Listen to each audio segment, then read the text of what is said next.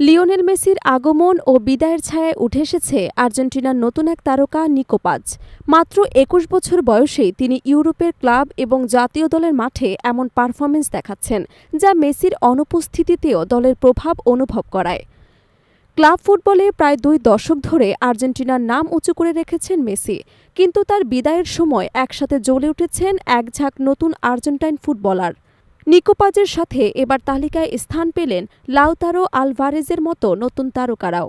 ছোট্ট একটি ইতালিয়ান ক্লাবকে একাই আলোচনার কেন্দ্রবিন্দুতে রেখেছেন নিকো পাজ। শুধু ক্লাব পর্যায়ে নয়, জাতীয় দলে স্কোলেনির আস্থাও অর্জন করেছেন।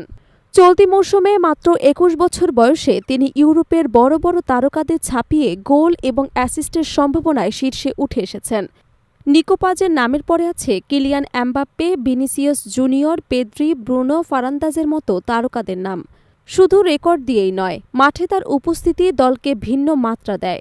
ক্লাব এবং জাতীয় দল মিশিয়ে শেষ ৫ ম্যাচের একটিতেও হারেনি তার দল।